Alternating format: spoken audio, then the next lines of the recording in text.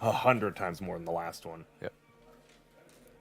Well, this Chen. What if you're Chen? Do you on purposely get bad creeps so that the Doom has to eat them still? But he's like, oh no, I have a wolf. What do I do? I'm not sure if that is. He can. Yeah, I know. Yeah. He used to be, but that'd be funny. That would Long be funny. time ago, that was That might great. have worked. There was this tournament, like some LAN tournament that went until 5 a.m. and this Doom ate a small wolf, but he didn't realize it. Oh, the small. So And the Chen the whole game didn't get the big wolf just so he doesn't remind him that he has. Yeah. Oh my god. That was like ages ago. I wasn't even participating, but that story is super Yeah. popular. Yeah, Doom's funny. He just keeps getting like little bit of buffs, and then he gets overpowered, and then he gets nerfed, but then he gets little buffs. I think Ice Frog likes that hero because Doom's always going to be good just because of his ultimate.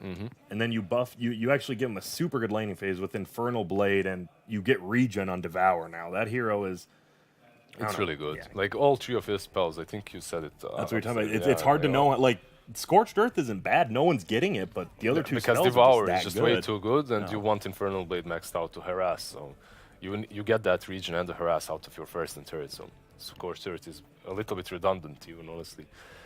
Overall, the bat ban makes a lot of sense. You can't take that Nikes versus it. The bat didn't work out too well for Flying Penguins the last game, but they love picking it, so let's not give them comfort zone. That also a very good hero with Nikes, as you have that Infest Bomb with the Lasso. You just go full comfort zone if you're Flying Pins. Just get the Necro for Snake King. Oh, look at that Viper band out. They do it themselves and take the jug. I would actually love the Necrophobes on a set of Flying Penguins purely because we know that they're so comfortable on it. Yep. It's really his signature. Yeah, the offlane, Yeah. Necro would be pretty good.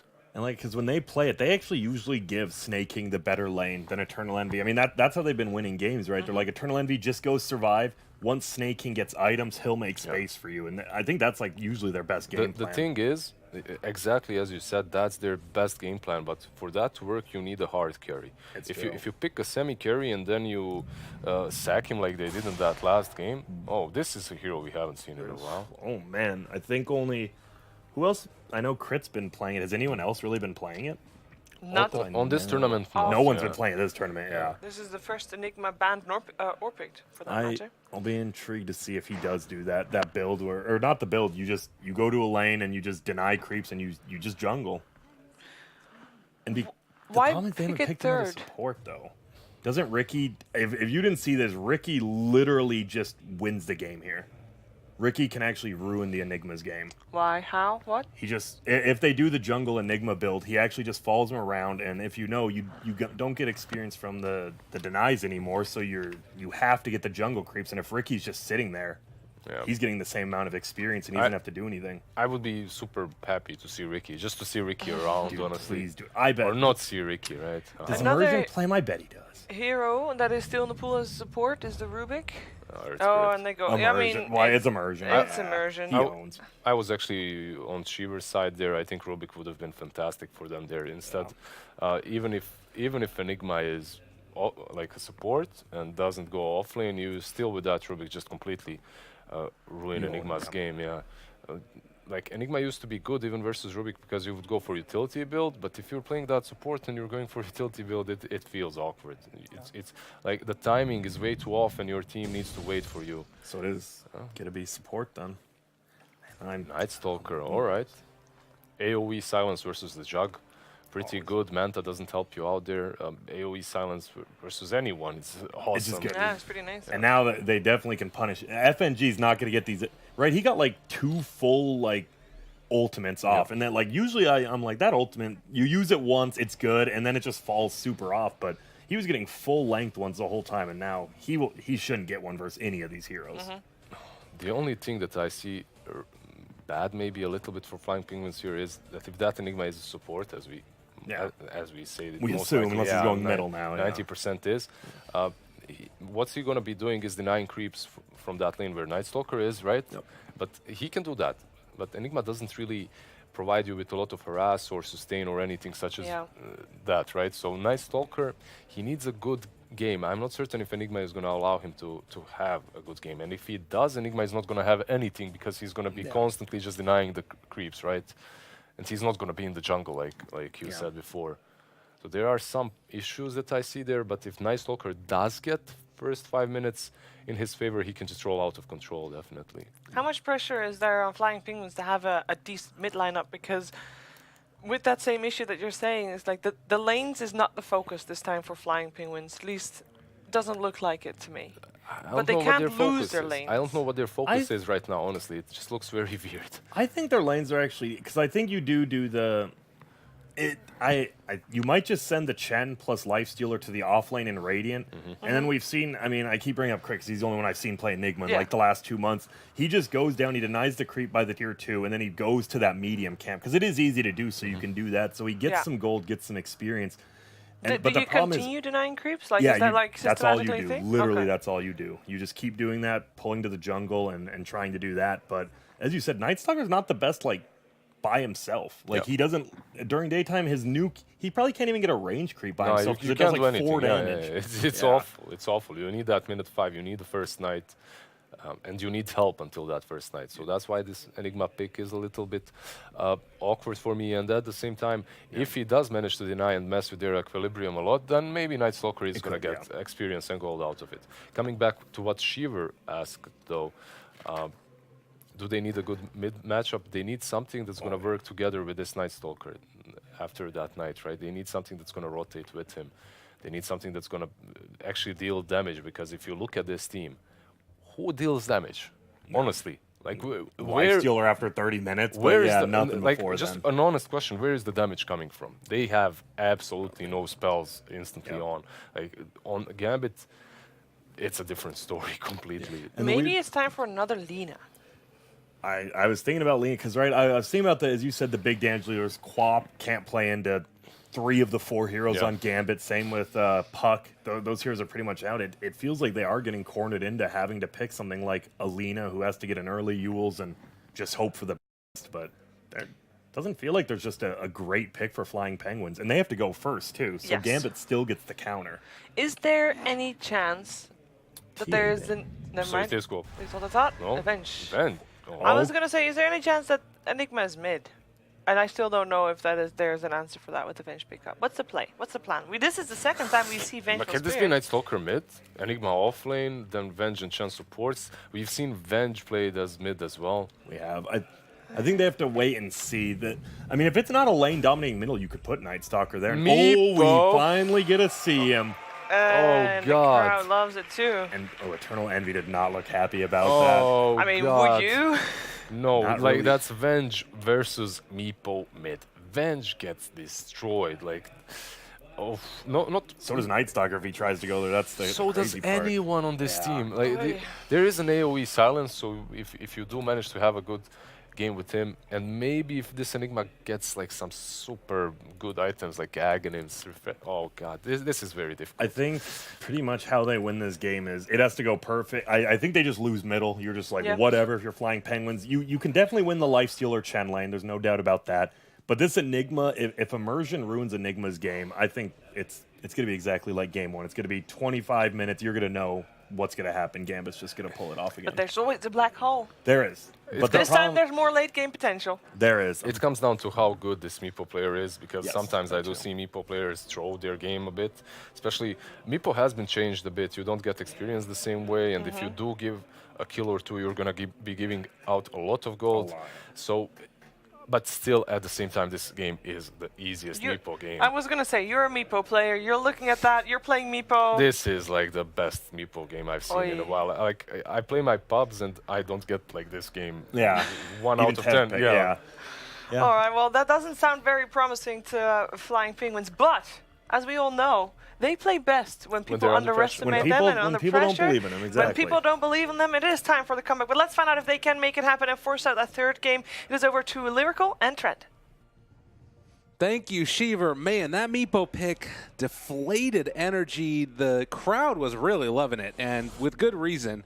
The tips come out for Immersion right at the start as we hop into this game number 2, Gambit versus Flying Penguins. And Trent, how good of a draft setup is this for Gambit? Well, you heard Lizard. This is why we brought him here.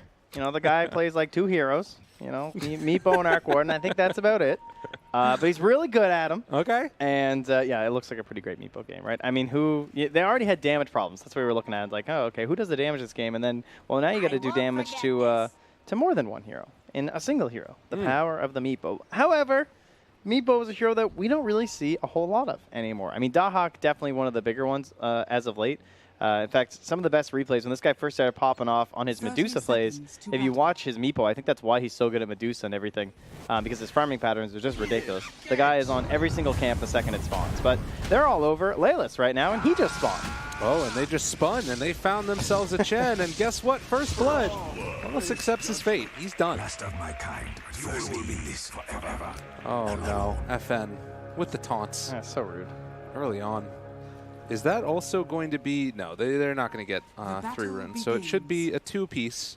Raya decides, I do not want to be in the mid lane anymore, and, well, it looks like neither does anybody.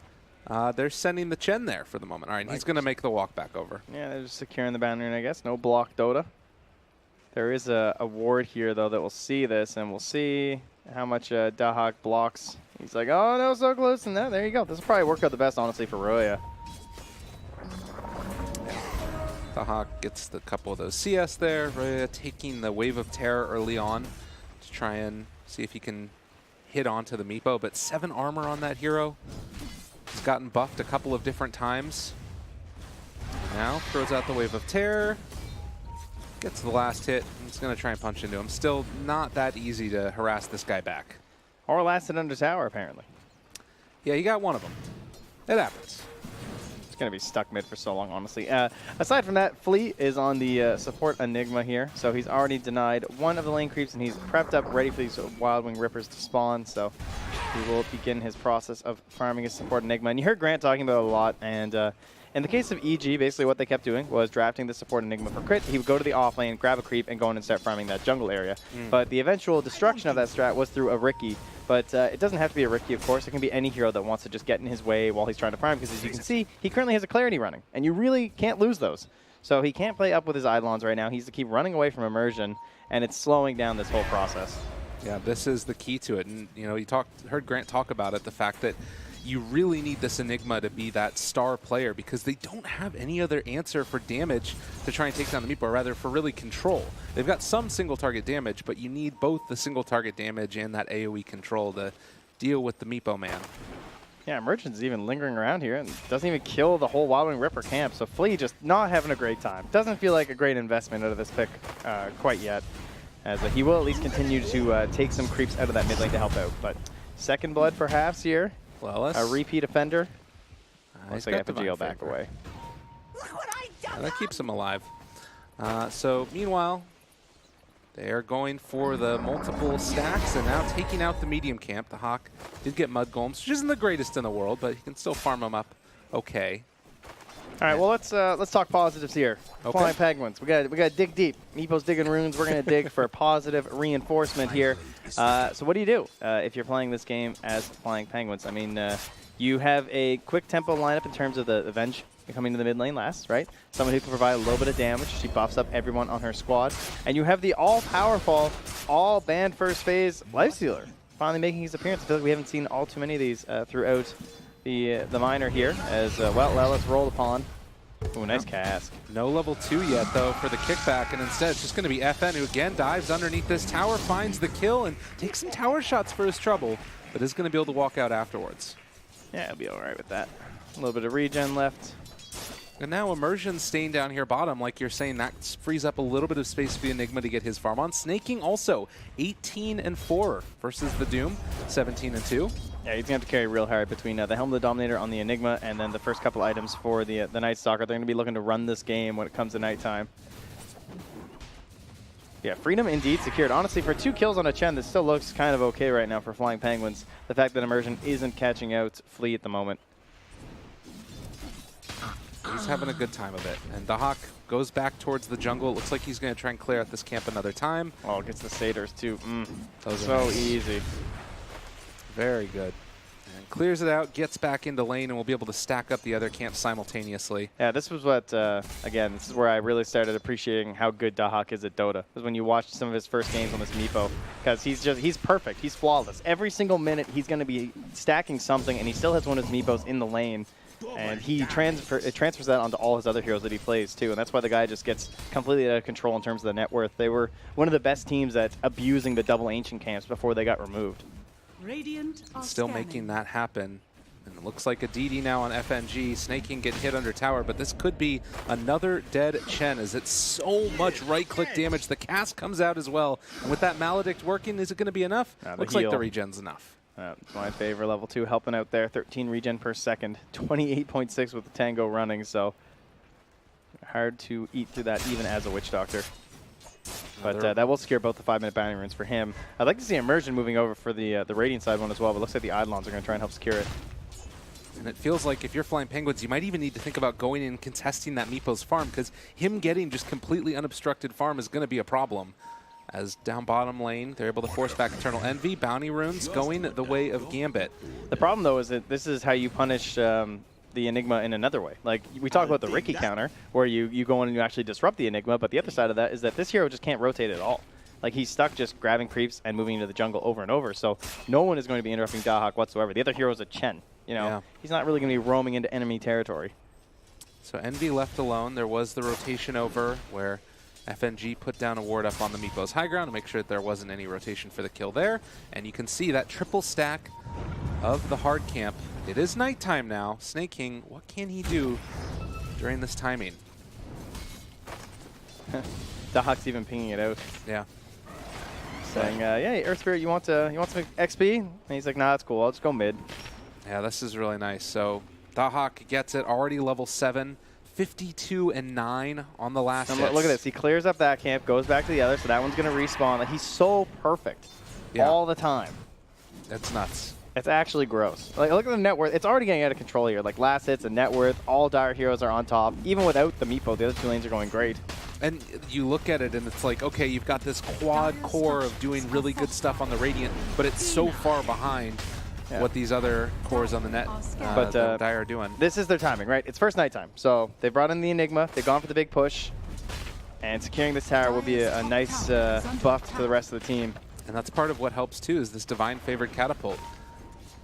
They do have the Devour if they wanted to try and take that one away from them in a little bit here. But it looks like this pressure is going to keep coming. And how fast can they push? How fast can they move down these lanes? They're bringing the Earth Spirit over as well. And this is one thing about the Flying Penguins lineup. If you're Gambit, you know when the pressure's coming. Yeah, FN also doesn't have his 6 quite yet, so he's not ready to make the rotation with the Omni Slash. They are finding a great window here where Night Stalker is prepped and able to fight, but the rest of Gambit are not. So this Meepo still does need a little bit of time. Snake King spots some heroes up on the high ground, has to back out, still hanging on to his ulti as well. Yeah, it's actually an instant TP mid from Flea. Okay. He just wants to try and keep that pressure into the mid. So I guess that's a good answer, right? Is that you realize, okay, they came up to defend the top tower, so let's try and push towards mid. Get some extra damage onto this one if we can. Yeah, Shut Flea's down the waiting mount. for his helm, though. Going to help Air Smasher and try and get over here as soon as he can. I mean, this is such a key tower for Gambit to keep a hold of. Allows Meepo to sort of jump back and forth between that and also towards the jungle. But 85 and 10.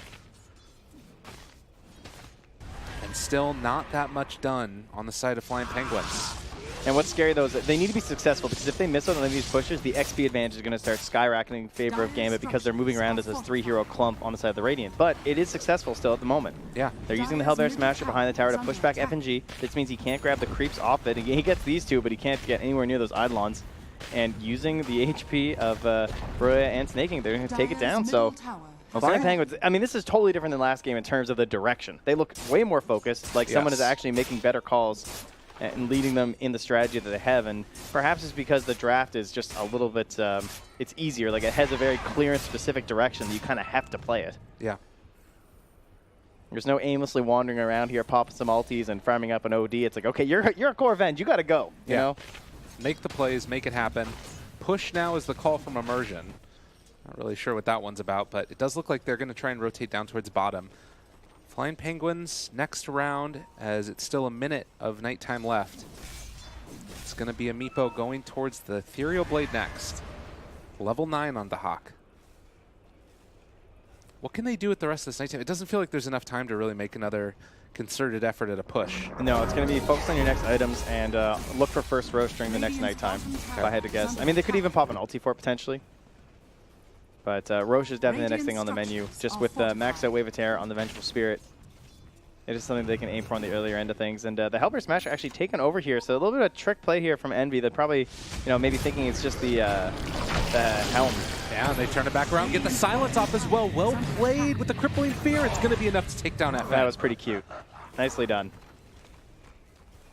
Well, the spin being on CD just means he had no choice there. And that is the ulti popped here from our Night Stalker, though. And the recall, Lelis, thinking about bringing somebody into this one. Yeah, he's actually holding that, able to keep control over this room. It's about to be not nighttime anymore. They need to get out of here. Not nighttime. That otherwise known as daytime. daytime. Screw you, Trent. Get out of here. Oh, I hope this isn't our last game. So much more to learn. Let's see. We got almost level 6, otherwise known as level 5 on the Enigma. And they're going to try and push this bottom tower. Again, they're right back at it. I appreciate this. Roya has the swap now. He waited until level 8 before he got it, but it means that they could create a kill opportunity. They don't have that black hole as you're mentioning, so hard to do like a swap black hole play or something, but I love that Envy is grabbing himself the armlet. I think that is 100% the way to go. I did not want to see some Midas Radiance this game. I think they realized that Gambit are a little fast for that. As cool as the Radiance can be versus the Meepo, it just doesn't fit the timings that you want to fight the hero at.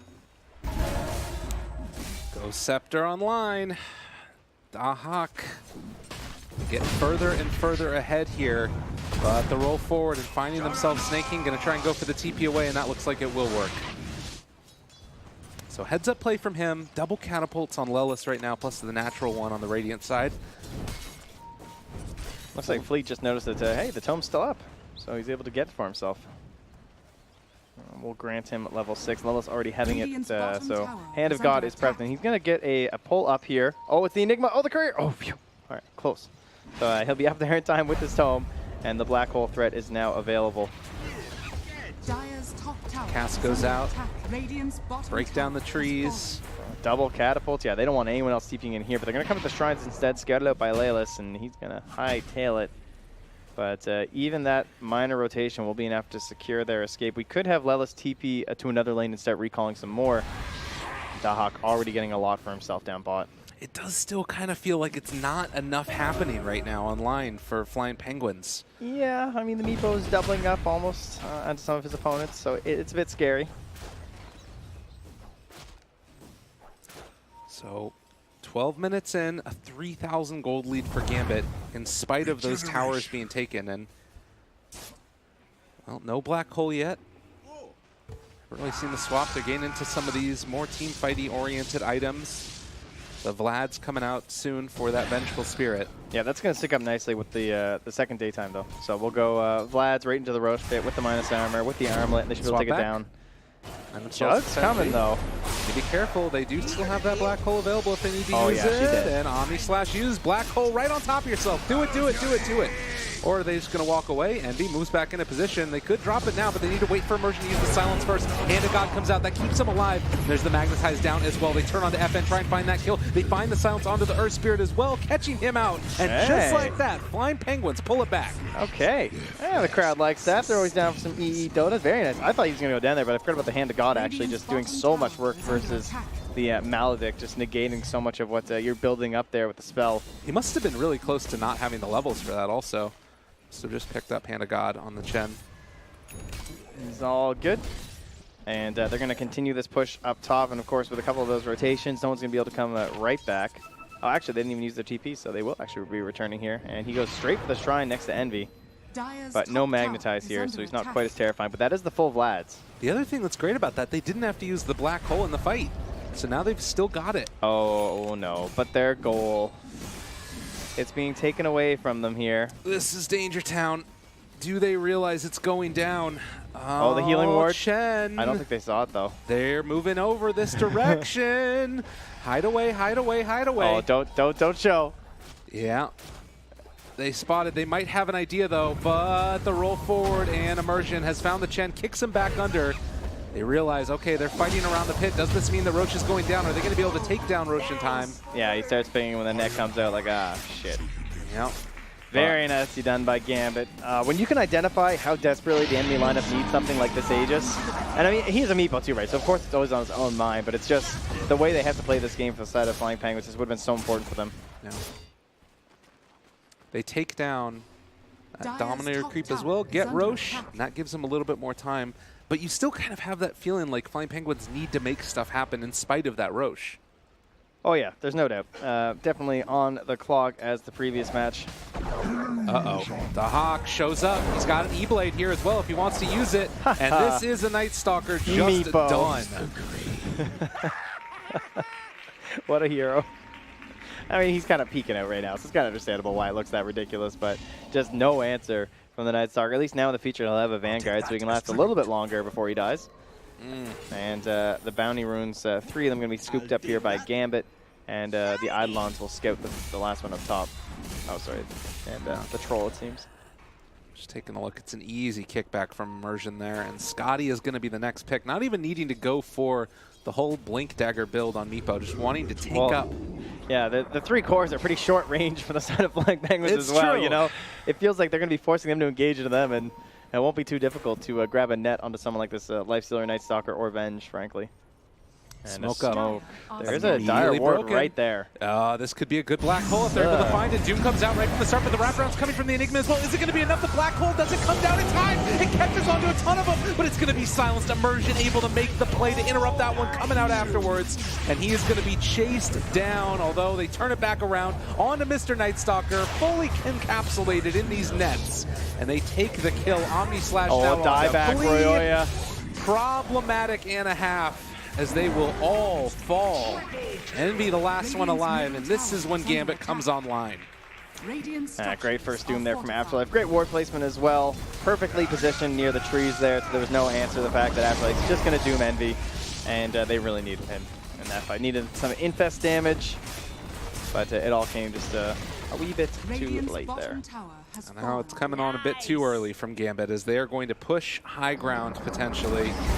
And there's not really a great answer. They used the black hole in the last fight. Oh yeah, and he still has Aegis. This is a problem. They've got him caught in these nets. Ignored. They're going to run away. The Midnight Pulse, a little bit problematic. They're going to take over that creep, and now turning. Witch Doctor. Still fine and dandy, though, with this healing ward in the back lines. They don't have a great way to get to it. Chen wanting to take it down. He does get the kill on the healing ward. See if Lelis gets punished for that. It doesn't look like it. It's just going to be a tier 3 tower taken. Now they've got Snakey caught the roll forward. Immersion, so often the answer in these games for Gambit. They make it work. They pull back in. FN going to try and take him down, but now the net and the turnaround going to be able to go for the poof combo, take themselves the kill. Another death for Royoya. And it's going to be a set of racks at 17 minutes with tier 1 still standing. At least we find the positives. That means they can only get 1 lane of racks. Hopefully they don't take your tier 4s after that. But yeah, they will start to retreat a little bit here, as there's only a minute and a half left on the Aegis. You know, don't want to risk anything. God, this is a monstrously good Meepo pick. Now has a completed Scotty if you would have wanted it. See if he decides to go for it, just saves for buyback. Again, there's a lot of push on Flying Penguins' team, but it feels like now they just don't have the damage to deal with this hero. Or the optimism. I'd be feeling pretty defeated right now if I was on that Radiant team. You lose one fight that looked kind of good near your shrine until your Lifestealer gets doomed, and then suddenly you're down a whole set of racks. And you're just like, wow, that can't happen again. You get timid. You don't make moves. There's no Aegis to take. What are your goals? You're hoping to get some giant black hole? That's your big answer? Yeah, they need like the BKB on the Enigma to This do is it. the answer, clearly. Double tornado, Cyclone Alley here. And oh no, not the bird. They found it. They can't stop the dance, but they can kill the bird. And it does go down. But he died doing what he loves. That's right. And that's important. He died as he lived. Dancing. Guardian Greaves picked up now as well. The Scotty is there. And Gambit just walking down lanes. And Flying Penguins trying to get some split push working. Snake King up on the top lane. Gonna hit the tier 3 towers, but Gambit does it a lot quicker. And the poof to clear the waves. 8 seconds left on this Aegis. He's gonna be recalled. So they have Snake King in the midst of all of them. All right, here goes the Aegis now. Now Chase.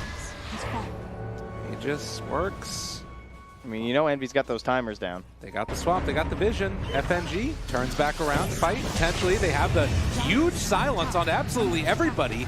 Envy wants that to move Meepo. into there. Can they do it? FN, he's zoning out the rest of them though. Hand of God comes out as well. They've already got the Doom. Can they gawk into this fleet? He's got a huge black hole if he wants to get it. Can they kill everybody in the duration of this? Midnight pulls down as well, but it's not quite looking like it's going to be enough. And in the end, Gambit, Meepo too is so strong, God, is able to live. The ransack keeping him alive. And now the pushback onto Lelis as well. Envy just wants desperately to do something, but it's not looking like it's happened. GG, good luck further. He stops to type it, and Gambit are in the finals. Jeez, I don't watch a whole lot of anime. If that's what it looks like, I don't want to. Well, Devastating. Gambit fans. Yeah, maybe.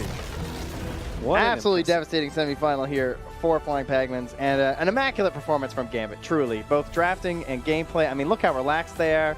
This is what you need going into a best of 5 right after. Just flex out a couple strats. You know, on the downside, Vici will now be like, oh yeah, right, they do play Meepo on Dahak. That's a good point. But, I mean, really, though, I don't think they need it. You know, actually, that's a good point, too, though. Maybe they just want to put that in Vici's head so they have to get that last ban. That's true. There's the value play right there, bringing that thing up. But yeah, see Envy, you know, still happy with the performance. Did pretty well.